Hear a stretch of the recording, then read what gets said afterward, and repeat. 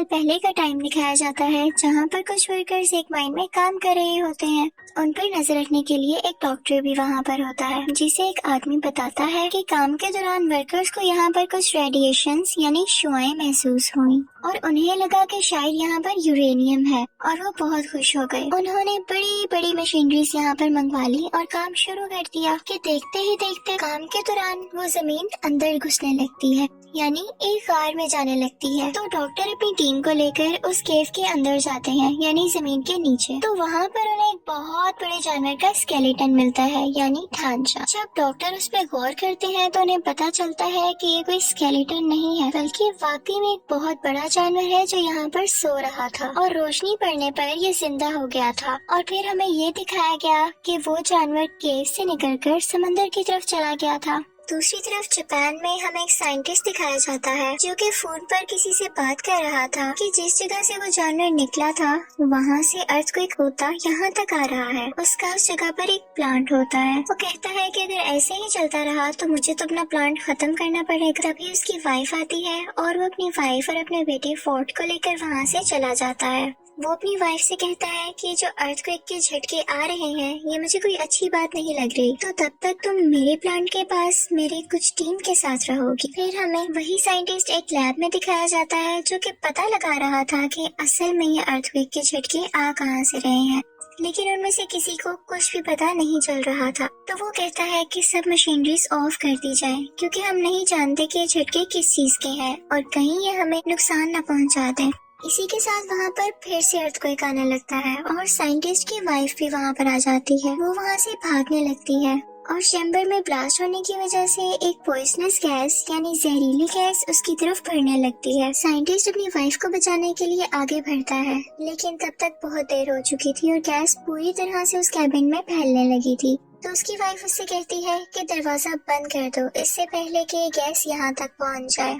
और ना चाहते हुए भी साइंटिस्ट को वो दरवाजा बंद करना पड़ता है और इसके बाद वो काफी उदास हो जाता है क्योंकि उसकी वाइफ अंदर रह गई थी। वो उससे कहती है कि हमारे बेटे फोर्ट का ध्यान रखना, और इसी के साथ रेडिएशन की वजह से वो पूरा का पूरा प्लांट तबाह हो जाता है। फोर्ट भी ये सब कुछ अपने स्कूल से देख रहा था। अब हमें 15 साल बाद का वक्त दिखाया जाता है। फोर्ट अब एक फौजी बन चुका था और कुछ मंथ की ट्रेनिंग के बाद वो अपने घर वापस आया था। वो अब मैरिड था कि उसकी वाइफ को कॉल आती है कि फोर्ट के डैड को पुलिस ने पकड़ लिया है। फोर्ड अपने डैड से नफरत किया करता था क्योंकि वो समझता था कि उसकी मदर की डेथ उनकी वजह से हुई, लेकिन अपनी वाइफ के कहने पर वो उन्हें मिलने चला जाता है और जाकर अपने फादर को पुलिस से छुड़वा लेता है। फिर वो दोनों घर आते हैं तो उसका फादर उससे कहता है कि बेटा वो एक एक्सीडेंट नहीं था, बल्कि उसके पीछे कुछ रेडिएशंस थी और सेम चीज हम अभी भी फील कर रहे हैं फिर से। और वो अभी भी इसलिए अरेस्ट हुआ था क्योंकि वो उस जगह पर गया था जहाँ पर पुलिस ने जाने से मना किया था। वो बताता है कि मेरे दोस्त ने भी वॉइस फ्रीक्वेंसी नोट की है, यानी वहाँ पर से अजीबोगरीब आवाजें आती हैं, तो मुझे वहाँ पर जाकर देखना होगा और ये साबित करना होगा कि उस रोज प्लांट पर जो ब्लास्ट हुआ वो कोई एक्सीडेंट नहीं था। तो फिर फोर्ड भी अपने फादर के साथ वहाँ पर जाता है। अब वो लोग नोट करते हैं कि वहाँ पर कोई जहरीली गैस या रेडिएशन नहीं थी। वहाँ पर पुलिस फिर से आ जाती है और उन दोनों को पकड़कर अपने साथ ले जाती है और वहाँ पर वही डॉक्टर जो मूवी के स्टार्टिंग सीन में दिखाया गया था वो भी होता है। वो सब साइंटिस्ट से पूछते हैं कि आखिर तुम बार बार उस जगह पर क्यों जाते हो, तो वो सब कुछ बताने लगता है जो वो करना चाहता था। डॉक्टर ये सुनकर बहुत हैरान होता है क्योंकि इतनी सारी इन्फॉर्मेशन तो उसे भी नहीं पता थी। वो वहाँ पर एक बहुत बड़ी पत्थर जैसी चीज पर कुछ एक्सपेरिमेंट्स कर रहे हैं। अचानक वो पत्थर हिलने लगता है तो वो लोग उस पर बिजली फेंकते हैं, यानी इलेक्ट्रिकल शॉक देते हैं। वो पत्थर टूट जाता है और उसके अंदर से एक बहुत बड़ा क्रिएचर बाहर आता है। वो बहुत ही ज्यादा बड़ा था और लोगों पर बिजली जैसी कोई चीज फेंक रहा था। और फिर हमें दिखाया जाता है कि वो जानवर खुद को कैद से आजाद करवाकर प्लांट से बाहर आ जाता है और वहाँ से उड़ जाता है। अगले दिन कैप्टन आते हैं और डॉक्टर को अपने साथ जाने का कहते हैं। डॉक्टर अपने साथ साइंटिस्ट और फोर्ड को भी ले लेता है, लेकिन इस वाकये में साइंटिस्ट काफी जख्मी हो चुका था। वहाँ पर जाकर उनका हेड उन्हें बताता है कि ये क्रिएचर कोई आम क्रिएचर नहीं। जब जमीन की रेडिएशंस कम होती गयी तो समंदर की गहराइयों में चला गया ताकि ये वहाँ से अपनी एनर्जी ले सके।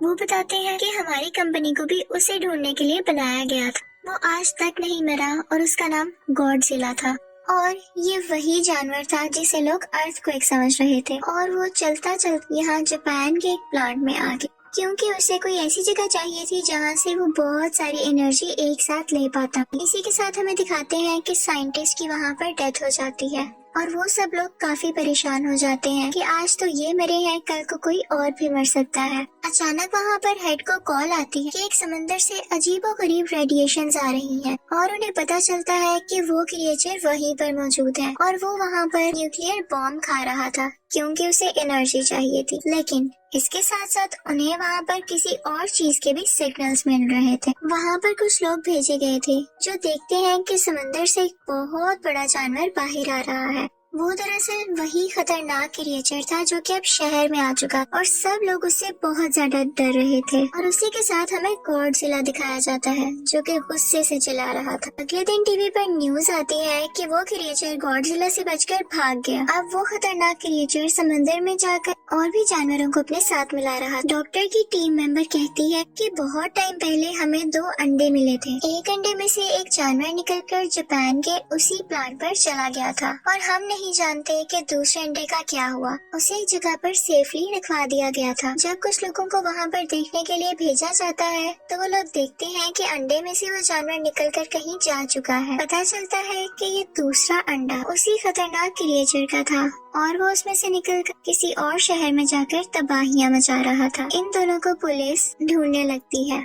फिर हमें दिखाया जाता है कि डॉक्टर टीवी पर दूसरे क्रिएचर की फुटेज देख रहे होते हैं। वहाँ पर वो नोट करते हैं कि इस क्रिएचर के तो पर ही नहीं है जैसे पहले क्रिएचर के थे। रिसर्च करने पर उन्हें पता चलता है कि ये फीमेल है और पहला क्रिएचर मेल था। अब क्योंकि फोर्ड भी एक फौजी था तो उसे आर्मी के साथ हर जगह भेज दिया जाता है कि वो उन क्रिएचर्स को रोक सके। दूसरी तरफ हमें कैप्टन बताता है कि वो क्रिएचर्स बहुत तबाही कर रहे हैं, तो हेड उनसे कहता है कि हमें इन्हें एक बहुत ही खतरनाक बॉम्ब से उड़ाना पड़ेगा। तो कैप्टन कहता है कि इससे तो उन्हें फायदा होगा क्योंकि उन्हें न्यूक्लियर एनर्जी चाहिए और इससे वो और ज्यादा स्ट्रॉन्ग होंगे। तो हेड कहता है कि हम इसके सिवा कर भी कह सकते हैं, रिस्क तो लेना होगा।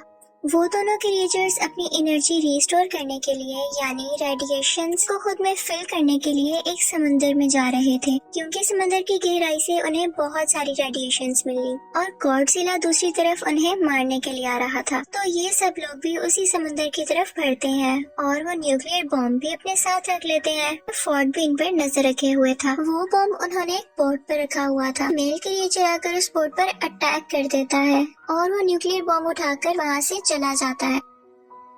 अब वो दोनों क्रिएचर्स उस बॉम्ब को लेकर वहाँ से दूर चले गए थे क्योंकि उन्हें वो चीज मिल गई थी जिससे उन्हें बहुत सारी एनर्जी मिलने वाली थी। आर्मी का और हेड का ये प्लान अब पूरी तरह जाया हो चुका था। वो लोग सोचते हैं कि हमसे तो कुछ भी नहीं हो पाएगा तो शायद गॉडजिला हम सबकी जान बचा ले। फिर हमें दिखाया जाता है कि वो क्रिएचर्स शहर में बहुत तबाही मचा रहे थे, लेकिन लकीली गॉडजिला भी वहाँ पर आ जाता है और आर्मी भी वहीं पर थी। फिर हमें दिखाया जाता है कि गॉडजिला इस क्रिएचर के सामने आ जाता है और ये लोग लड़ने लगते हैं। ये बहुत ही बड़े थे और लड़ते लड़ते बहुत चीजें डिस्ट्रॉय कर रहे थे, तो सब लोग पीछे हट जाते हैं। यहाँ पर अभी सिर्फ मेल क्रिएचर ही मौजूद था, तो गॉडजिला उससे आसानी से लड़ पा रहा था और वो उसे मारने ही वाला होता है कि पीछे से फीमेल क्रिएचर आकर उस पर अटैक कर देती है और अब गॉडजिला इन दोनों से अकेला लड़ रहा था। यहाँ पर गॉडजिला के लिए उन दोनों को मारना काफी मुश्किल हो रहा था। दूसरी तरफ हमें दिखाया जाता है कि आर्मी को अंडरग्राउंड यानी जमीन के नीचे एक घोंसले में बहुत से अंडे मिलते हैं जो कि फीमेल क्रिएचर ने दिए थे और गॉडजिला के लिए उनको हराना काफी मुश्किल हो जाता। आर्मी वहाँ पर एक बॉम्ब पर टाइमर लगाकर बाहर आ जाती है और जल्द ही वो बॉम्ब ब्लास्ट हो जाता है और सब के सब अंडे उसमें हट जाते हैं। जब मेल और फीमेल दोनों क्रिएचर ये देखते हैं तो उन्हें अपने अंडों की फिक्र होने लगती है और वो दोनों गॉडजिला को छोड़कर उस तरफ भागते हैं। अब उस धमाके से गॉडजिला को ये फायदा हुआ कि उस धमाके की रेडिएशंस गॉडजिला में एनर्जी की तरह जाने लगी और उसने वही एनर्जी यूज कर अपने मुंह से उन दोनों क्रिएचर्स पर फेंकी और अब गॉडजिला काफी स्ट्रॉन्ग हो चुका था और वो दोनों क्रिएचर्स से पूरी ताकत से लड़ रहा था। और यहाँ पर गॉडजिला मेल क्रिएचर को मार देता है। तो ये देखते हुए फीमेल क्रिएचर को काफी गुस्सा आता है और उसे इस बात का भी गुस्सा था कि आर्मी ने उसके अंडों को मार दिया। तो वो फोर्ट की तरफ बढ़ती है, लेकिन गॉडजिला उसे पीछे से आकर पकड़ता है और उसका मुंह खोलकर अपने मुंह से सारी की सारी रेडिएशंस उसके अंदर डाल देता है, जिसकी वजह से उसे बहुत पेन होने लगती है और वो मर जाती है। फोर्ट भी यहाँ पर काफी जख्मी हो चुका था, लेकिन आर्मी उसे ठीक करने के लिए वहाँ से ले जाती। अगले दिन हमें गॉडजिला दिखाया जाता है।